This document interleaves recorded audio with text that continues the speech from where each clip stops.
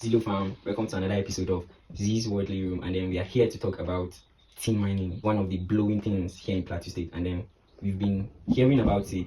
Some people are having that idea and want to go into it without knowing the proper risk, the advantages and disadvantages. So we are here with one of the persons that have gone through the process for some time now, and then he's here to share with us what his experience has been like and what we need to know to go into tin mining.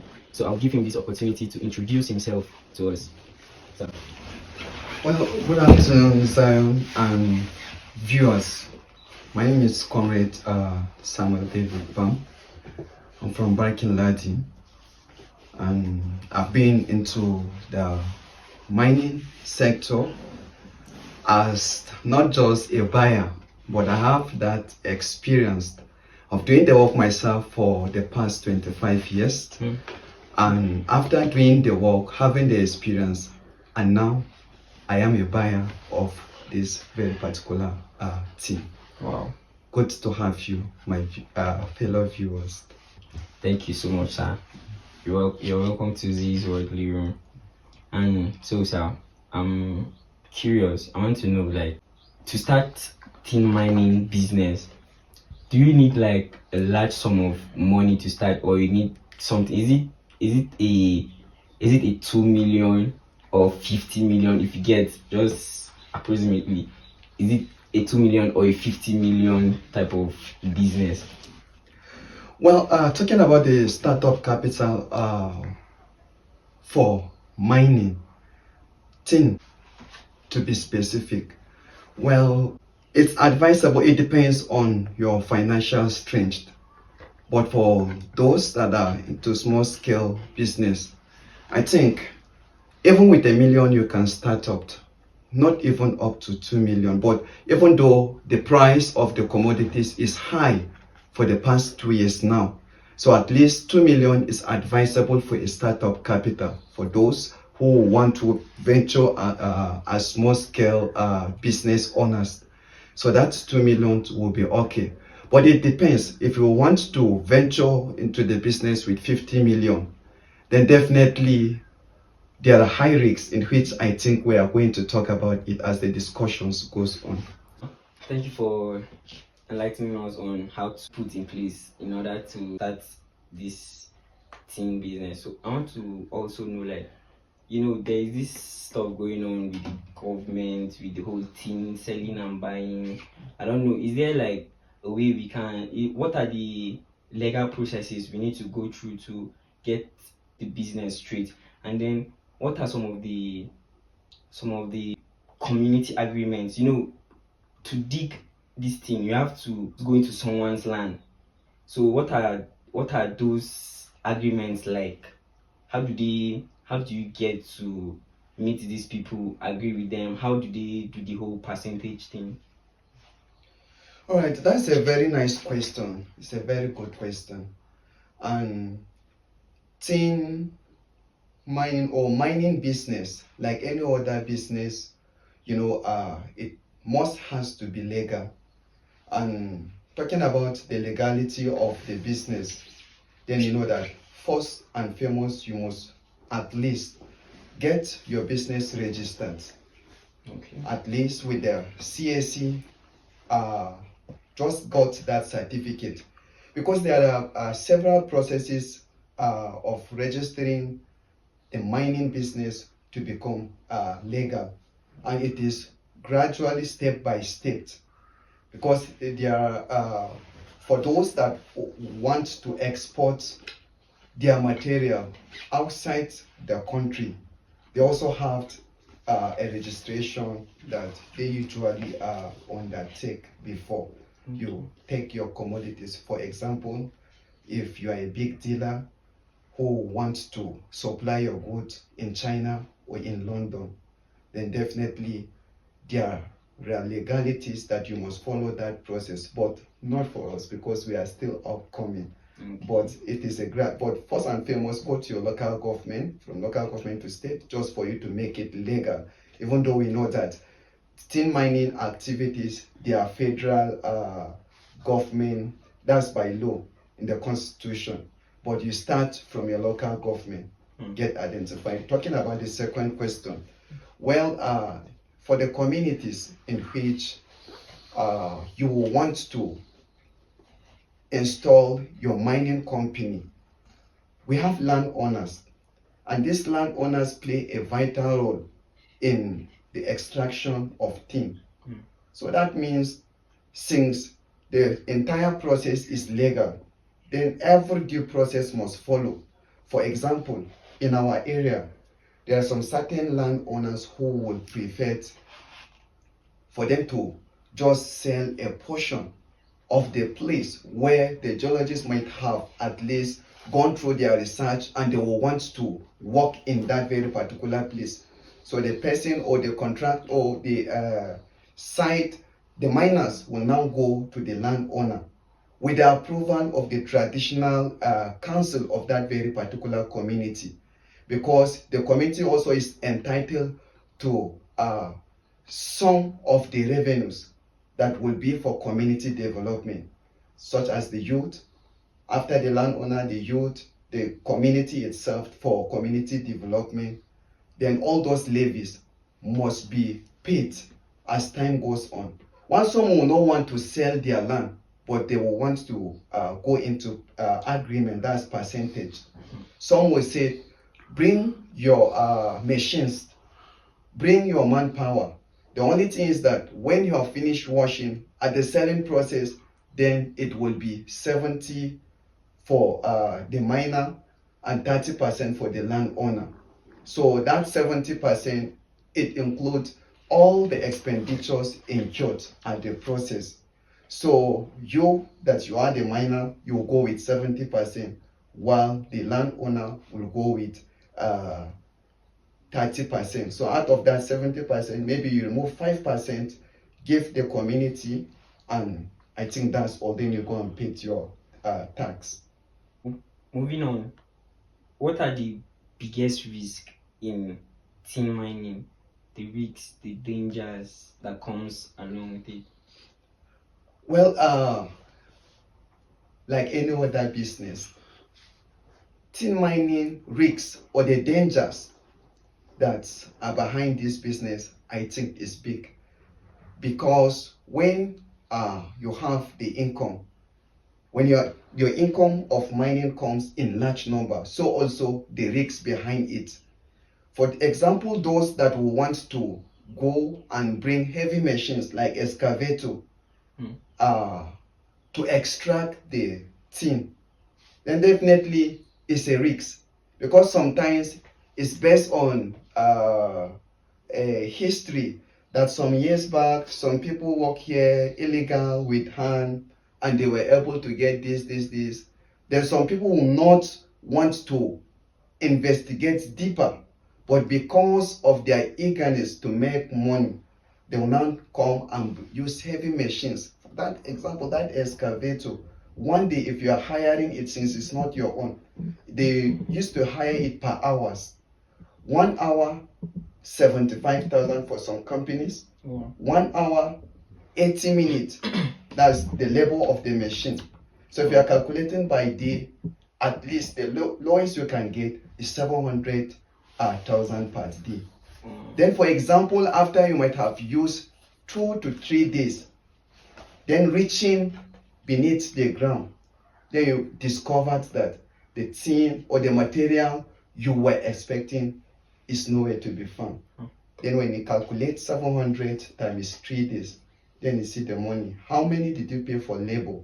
How many did you pay for the landowners before you brought the machine? How many did you pay to the community owners before your machine arrived? Because some people, the youth will now come and block that. You must see them off. You must give them na eng angwa or kuma na eng iskan angwa before the machine will now have access to your site. So you see, these are all, if you did not, at the end of the day, you did not discover the material there, you see the risk is also there. And the expenditure already, nobody is going to pay you back. That's why you see some people going to jail. The companies that they might have given them the money, because you will go to the company with assurance that I'm supplying your material after my work 2 weeks. In 2 weeks, you discovered nothing. Then you see people selling their house, their cars, and other things. Some will also end up in jail. Some will run to exile until when they have made it, then they will return.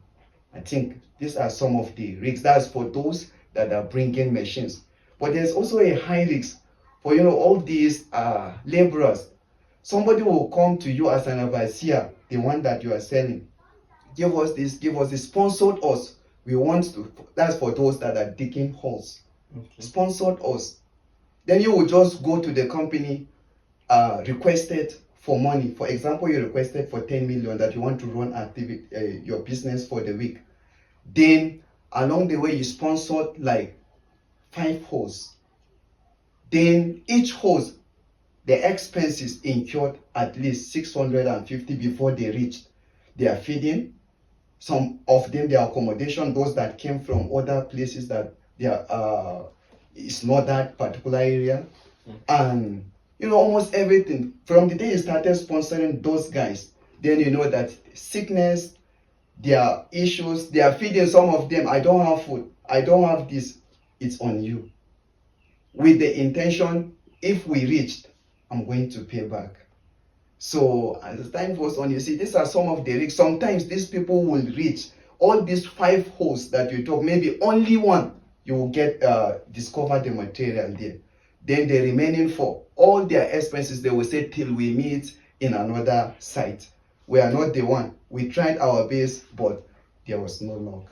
So now the dangers. Now, how about the people that dig the holes? Now, what usually, some people, you see that some holes usually collapse. Yes. What is the reason? We're talking about the environmental dangers, and that's one of the major risks that people took, most especially. There's a work that is going out currently in our site, and that place is too deep. I think it's 80 feet before you reach. And you see, we also had a situation whereby there was an accident day before yesterday. One Fulani boy, as they were drawing the guga, that's the guga that they usually draws from the hole, then it was heavy with sand, and along the way the rope now caught, and he was inside. And it hit him from it hit him. There were 2, but luckily the other one was not severely injured. But that one, the Fulani boy, I think he collapsed. Not even an hour, he died. And you see, that's one of the dangers. And another risk of this work, if that place is discovered that it has a lot of material, then even them, the laborers, they lose patience. You will see hole here, no distance, and you are going beneath the ground. And reaching the ground, you will begin to duct. So the ground will also lose its own patience, because there's no distance, there's no gap. So before you know it, last month there was a site that collapsed. Almost 10 holes collapsed at once, and the casualties, those that even lost their lives, I think the number, nobody even know the actual number, because there are more than 25 in that particular hole. We just identified them by their shoes and their clothes that were outside, and they were not even able to rescue the bodies. So that was their burial ground. So that's another risk there. Talking about the risks, we also have security these days, whereby miners are working. Immediately when you have finished washing, you will begin to see robbers may likely attack the site, shooting guns, then just to scare the people that are washing. And after you have run away, they will just come and pack the whole of the materials. So that risk will be both on the laborer and also the overseer, that is the person that is buying the material. So those are the dangers that you can't run away from it in this particular work. Even those of some that are drawing the material from the ground, they call them fine. there's also dangers, because that metal rod that you used to draw the sun is also very, very risky on the wheel. If you are not careful enough, I have known people, more than 3, that one of their finger will just cut up. Mistakenly, you just put your hand without knowing as they're drawing it. When it reached your hand, just some days, I was sponsoring one place. Then the woman, the rope mistakenly cut her finger. So as I'm talking right now, she can't even do any hard work again. She'll just be managing because this finger here was cut. They now have to pack it like this to the hospital. So it's very, very risky. So it's preferable if you acquire your land, bring machines, even though the cost expenditure, most people are running from the expenditure and follow due process. That's why they will always want the shortcut. And that shortcut, it easily pays without hard labor or too much expenses. So I think these are some of there are a lot of dangers and risks, but these are little that I can cut for now. So you guys heard him. It's very risky to go out there without your safety equipment. Make sure you are always cautious. I know that this robbery is not something that you will know it will happen, but always be vigilant whenever you are out there. I know that we are all trying to look for daily bread.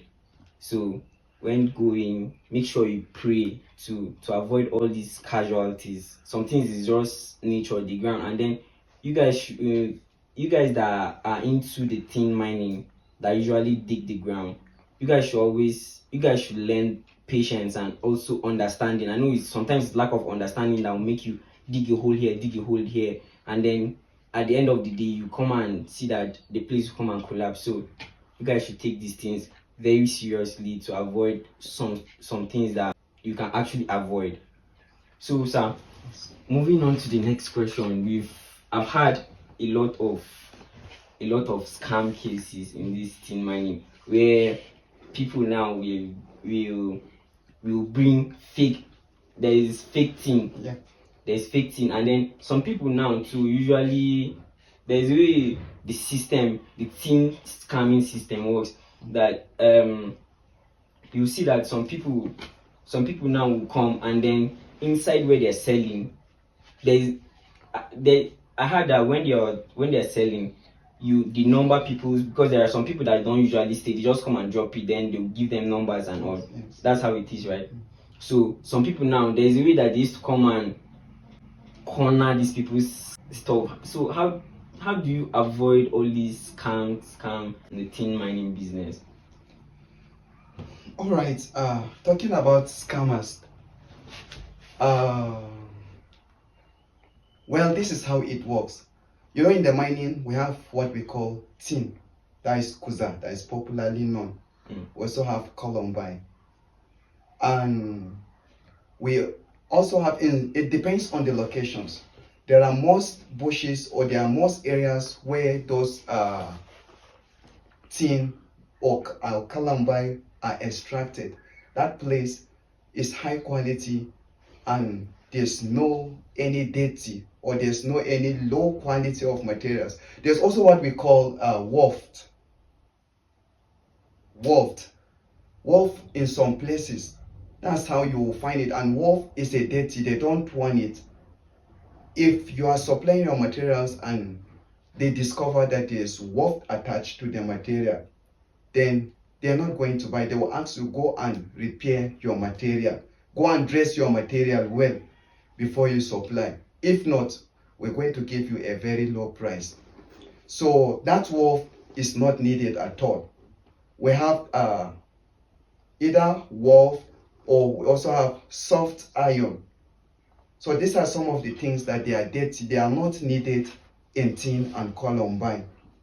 So what some laborers do now to scam the buyers, most especially those that are small scale, you doesn't have the gadget, it doesn't have much equipment for measurement and to also to analyze, then they stand a risk of being scamming if you are not into the system. Like I said, some of us, we did the work with our hands for a very quite years before we started buying. So with even mere eyes and even a hand, we can determine or to also understand whether these people wanted to scam or not. So there's one thing that they will do. They will carry the waft. Some will go and burn it as if they are frying it, so that even if you bring your magnets, that's the separator that will separate iron from tin or columbine, then it will not penetrate. Then you will just relax, most especially for those that are new into the system. You will just say, wow, this is high grade material, not knowing that they have burned it. So the power of the iron is no more longer there. It will now become as if it's columbine or it is tin. It is when you went for the analysis, they will go and tell you that 15% of your material carries waft.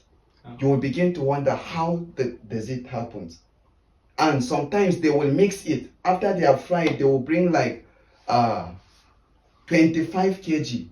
And that 25 kg we're talking about, it will be like almost 400 to 500,000. They will bring it, then they will bring the great material, just few, maybe another 20 kg, then they will mix it together. So it's only when you went to the larger companies for supply, that's when they have the instruments, they will put it in analysis, and they will now tell you that your material is not great.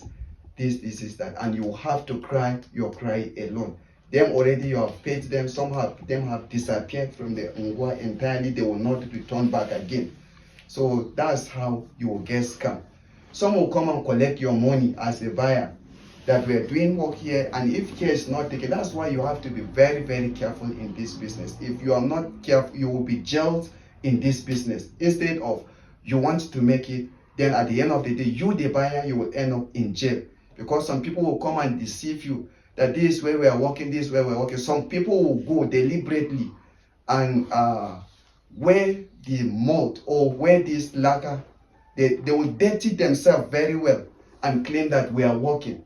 And our engine stop, our machine stop, help us with this, give us 50,000, we are bringing the material now. Or they will bring some particles of sand, they call it gira, and you will see material inside. You will say, this is my hole.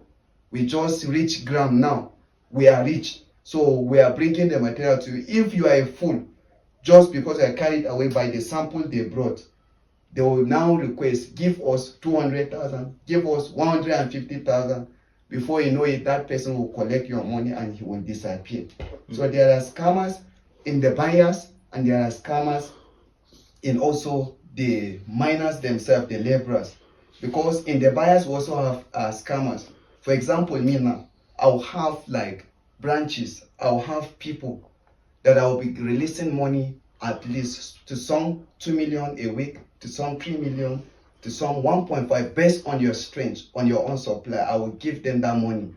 Then if they are not accountable, or if they are not truthful, some of them will begin to come and lie to you that we lost the money in this, that. They will begin to frame you up. At the end of the day, then you see that you are just losing money. That's why you trust must be there, and you must know who you are partnering in such type of business, because it deals with larger sums of money. Okay, sir. Thank you so much for that. Now that our community has turned something different, the youths now, the teenagers now, have gone into this tin mining, and then most especially I feel like this is affecting more of the teenagers, because I've seen cases whereby teenagers have gone into this side and then made small profit, and then decide that they don't want to go to school again. Like, I found something that I want to be doing. Like, is that proper? Well, this is not proper. I think this is one of the key areas where community leaders, government, even church organizations, religious organizations, not only church, including mosques, this is an area that needed collaborative effort. Because you rightly said, one of the devastating effects of this tin mining, most especially the illegal mining itself, because it has exposed the teenagers. That exposure to tin mining has now yielded or has now resulted to a quite number of school dropouts. We find children that doesn't want to go to school. If you go to those rural areas, for example, in my place in Viking Ladi, in the communities, thank God, because some traditional council leaders, some of them, the village head and the district head, some of them are coming out with laws of the land to execute teenagers who will want during school hours. If you're found in any bush mining, then you will be hauled, you will be caught, and you will receive your discipline. And even the parent of that child, he must come and answer the questions in the village head palace. So these are some of the measures that the government are taking. But talking about in the true sense of it, our children have been affected. I've known of children with age 3 years, 4 years that knows how to mine, and they can also collect the money. You see, the parents doesn't have anything to tell them, because if the parents are talking, they will just remove like 10,000. Take. When the mother or the father receive that 10,000, he will say, but tomorrow if you go, make sure you come back on time. They will not talk to them about school again, simply because some of the children are tricking or they are bribing their parents with money. So being carried away by money, they are also condemning the future of their world without knowing. And some of us also there, as a buyer, I also try to contribute my quota to make the society a better place. If you bring your material as a teenage boy for sales, I used to caution them. Sometimes I will sit them and talk senses into them. I told them I did this work myself, but I was able to acquire a HND result before now coming back to the business again. With this money, with this mining, I was able to sponsor it myself. And today I'm not doing the work because I was doing the work with intention, knowing fully the risks and the dangers in it. Old age, you see a child of a person of 40 years, you're now working like your father. You're working like you are age mate with your father. Because every blessed day we only rest on Sundays. So these are some of the things. So this is what we're doing.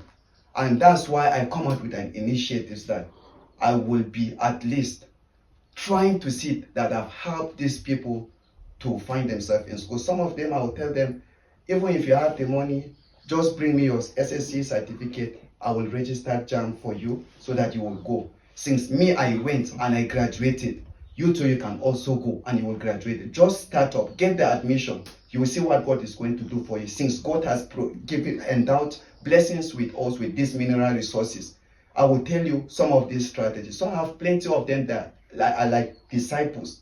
And some of them today are in colleges, some in the university.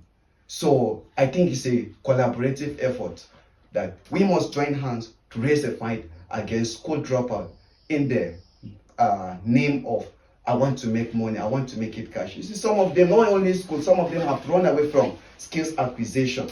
The parents have introduced them to workshops of mechanic, tailoring, and what have you. But these people, young people, simply because used to hold large sum of money, they would run away from that place, that the place is not safe, that there's hard labor over there. The next time you will see them coming back with their bags, and the next day you will see them with shovels and diggers to the mining sites. Thank you so much, Sam. To our parents out there who are allowing their teenage children go out there without even sitting them down. I know teenagers are very stubborn, but then this is your child. You should give your child that advice that he needs. He needs to understand that education is very important. All these things are secondary. Imagine you having gone through school and then adding what you've learned from school with this side experience. Your own side, your own part of the business is growing better than someone who didn't go to school. So parents should advise their children. Traditional rulers, me and Gwas, you all have roles in those to play too in giving this advice. There should be rules that should be taken, because the thing is growing every day. It's growing every. This is something that is growing every day. We're losing teenagers to think. People are supposed to go and get knowledge, better the community, but you see them in the morning, like our guest speaker here have said, someone of 12 years is working in labor that his father at 40 or at 30 is doing. That is not making sense. So we all should, not only the parents and the community rulers, the friends and community partners, you guys too should advise all these people. When you see all these children going down, you guys should pick them up, give them the right advice, and make them understand what they need to know. Thank you, sir. So I want to ask, what are the investment models in this tin mining? Is it what are the things to look into before coming as an investor in tin mining? All right. First and foremost is self-discipline. As an investor who wants to invest your funds in mining, there must what we call self-discipline. And also, then definitely the experience, it matters. That's second, experience. If you don't have the experience and you don't have someone very trusted or somebody very close to you that has the experience, to me it's advisable you keep your funds always. Better still, you venture or you invest in another sector but not in mining. And also, this business needs attention. It needs your attention. You must give all the necessary attention that you can give. If not, any slight mistake, you stand a chance of losing big. You will lose in seconds. You will lose millions in just a second. Because to a certain extent, it's just like a gambling. Because it deals with a large amount of money. So imagine if you are not giving appropriate time to your business, then you will begin to discover the people you have assigned to work for you or to watch over the work for you. If you yourself, you are not monitoring or you are not always the regular, you see, there is one thing with these boys that you will just go and put for the shop. Them too, they can act sometimes like those people that want to come as scammers. Because already you have given him, for example, in the morning you gave him 1 million naira for the daily runnings. Then as time goes on, this boy will now use the that's the waste that you might have dressed. They will now repeat it like twice or even 3 times. Then after they have dressed it, and that one we call it low grade. You can, there's no how you will mix it with your quality material, except you carry it separately. You go to the company will dress it in a very low standard and they will buy it in a low price.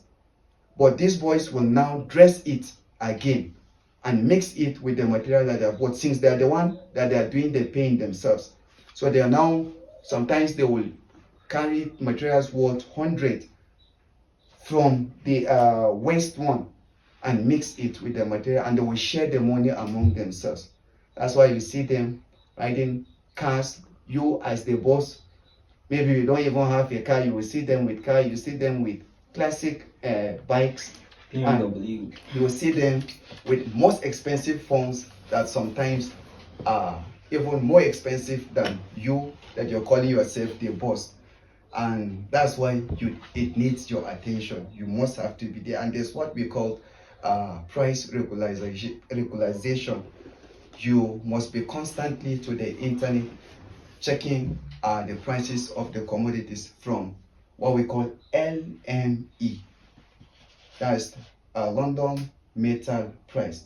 I think LME is one of the price control units that globally that control the price of tin, columbine, coal, gold, and all of the mineral resources.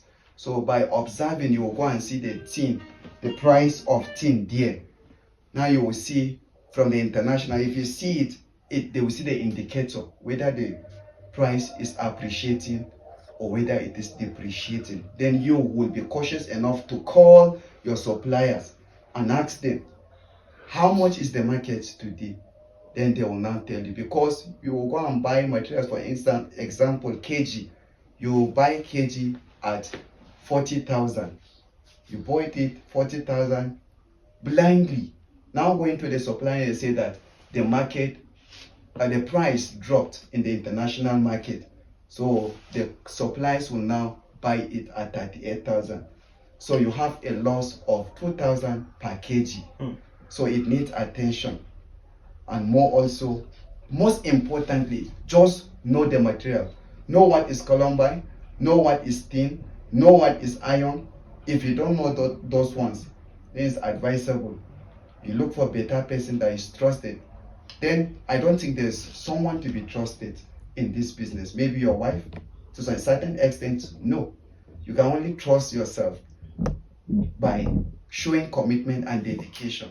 Otherwise, except if you are strong enough that you can bear any loss that comes your way, then that is how it is. It needs attention.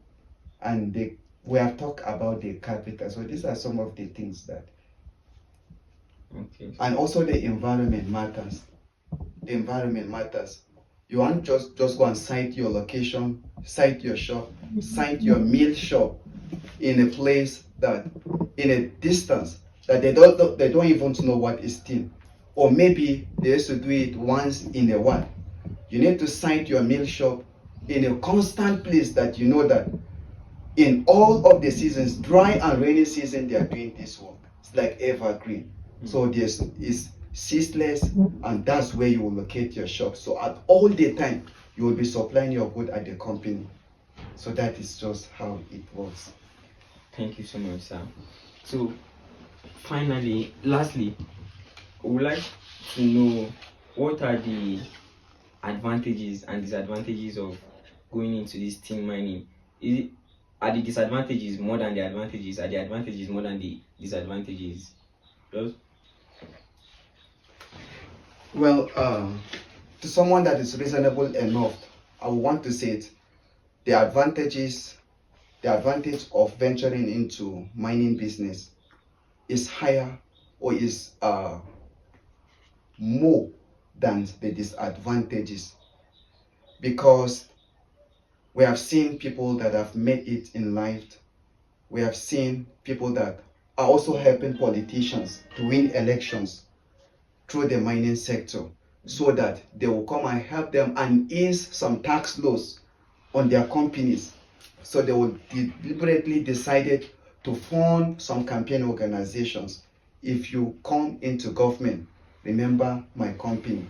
So if you do not discipline yourself, you will not reach to that high esteem level. See, there's one thing I believe in, the motivation theory. In that motivation theories, most people lack that experience. Some people will want to place themselves immediately when you started. You just went to the company, they gave you 3 million. Be buying materials, let's do business. We want to see your commitment so that we may increase your capital to at least 20 million as you are committed. Then they just gave you 2 million. The next thing, you went and bought phone for 1 million. The next thing, you now went out with girls, squandering money, showing as if you have arrived. The next thing, you have purchased a car with companies and money. It's not your money. Oh. You have not grown. You have not allowed your profits to grow, but you want to reach the level in which you have not even. Some of them, they will not even have landed properties. So the advantage is big, because I've seen people that now have properties. You will see landed properties, building duplex, building at least bungalows, that if you see, you will think as if it's a government worker, not knowing that it is the business that have given birth, or that have raised him up to that level. So the advantages are plenty, because it will reduce poverty. At least you will not be dependent on the government and other employers. You will build yourself a company whereby you have people coming to work under you as the boss. And those that are coming to work under you, you also graduate some of them. When we see your commitment, we see that if we give you 5 million, 2 million, you can handle it very well. Then we decided to say, here's scale, here is all the materials we needed. And they will now rent a small place. They will ask you for a choosing of location. When you choose your location, we'll open a place for you. Then you will see, you'll be buying and supplying to your boss that graduated you. And that is how we have branches. So that's how the business grows. You will see, you start as an individual. Before you know it, the network is the scope of the business is becoming wider as you grow up with your business. For you will just once it's Monday like this, you will call this one, supply your material. Call this one, your material should be supplied unfailingly on Monday, whether you have finished your money or not. So before you know it, if this one bring, this one bring, this one bring for you, because you are the one that gave them money and you are the one that introduced them to the business. So before you know it, you will see that you are having a ton to supply. And that's what the company needs. The company, when you supply large material, they may decide to appreciate you. Your price may likely be different with others that are bringing small quantities. And you will gain favor. They will say, so you become like, once you are coming, they will be treating you so special. When you requested funds, give me 50 million, they will send it immediately. Give me 10 million, they will not play with you, because you are giving them what they want. So that is how it is. So the disadvantages, like I said, it's not too far from the dangers and some of those risks that we might have explained before. So one of the disadvantages is that it leads to what we call lack of self-control, or lack of financial management to some of those that are into the business. And some will also lack discipline, and they will misplace their priorities. So misplacement of priority is also there. Doing the wrong thing at the right time. When it is the right time for you to do the right thing, then you're not doing it. Then you see people messing around. I've known some people that their business have crashed just within 2 years of startup. They started so well. Some of them have holds 20 millions in their hands, but today they are also following the laborers to go and do the work themselves with their hand. They will enter the hole that they thought they will not enter again, simply because they misplaced priority. You went and bought car with money that is not your own. When it is end of year, company said, come, we want to reconcile our accounts. So give us accounts of your whole of transactions from January to December. Then they will discover that company's money on your head is 10 million, 15 million. And the company will lose patience. They will now come and seize your asset. If you have a car, they will seize it. They will just give your picture to police on road. Then they will say, if you see this person, arrest them. I've known 2 people that have made it well in life. They have controlled almost 30 to 40 million. But now they have nothing. They are also doing the work. They will just call, I beg, give me 2,000, give me 5,000. So this is one of the disadvantages. And part of the disadvantage is that it leads to school dropout, as we have discussed earlier. And you see the disadvantage. But the advantage is it is uncomparable with that's the sum of us. But many that maybe have encountered the dangers of mining, they will say it is more devastated than its importance. Thank you so much. Thank you so much, sir, for enlightening us about everything you need to know about tin mining. I've learned a lot. Millions. People like me self go invest for this thing, you know. Me self see one, me self control 120 million. But that's just on the lighter note. Thank you so much, sir, for coming. Thank you for giving us time. Thank you for your time. Thank you for the knowledge you've impacted in us and everyone who is watching this. It's an honor. Thank you so much, sir. Welcome.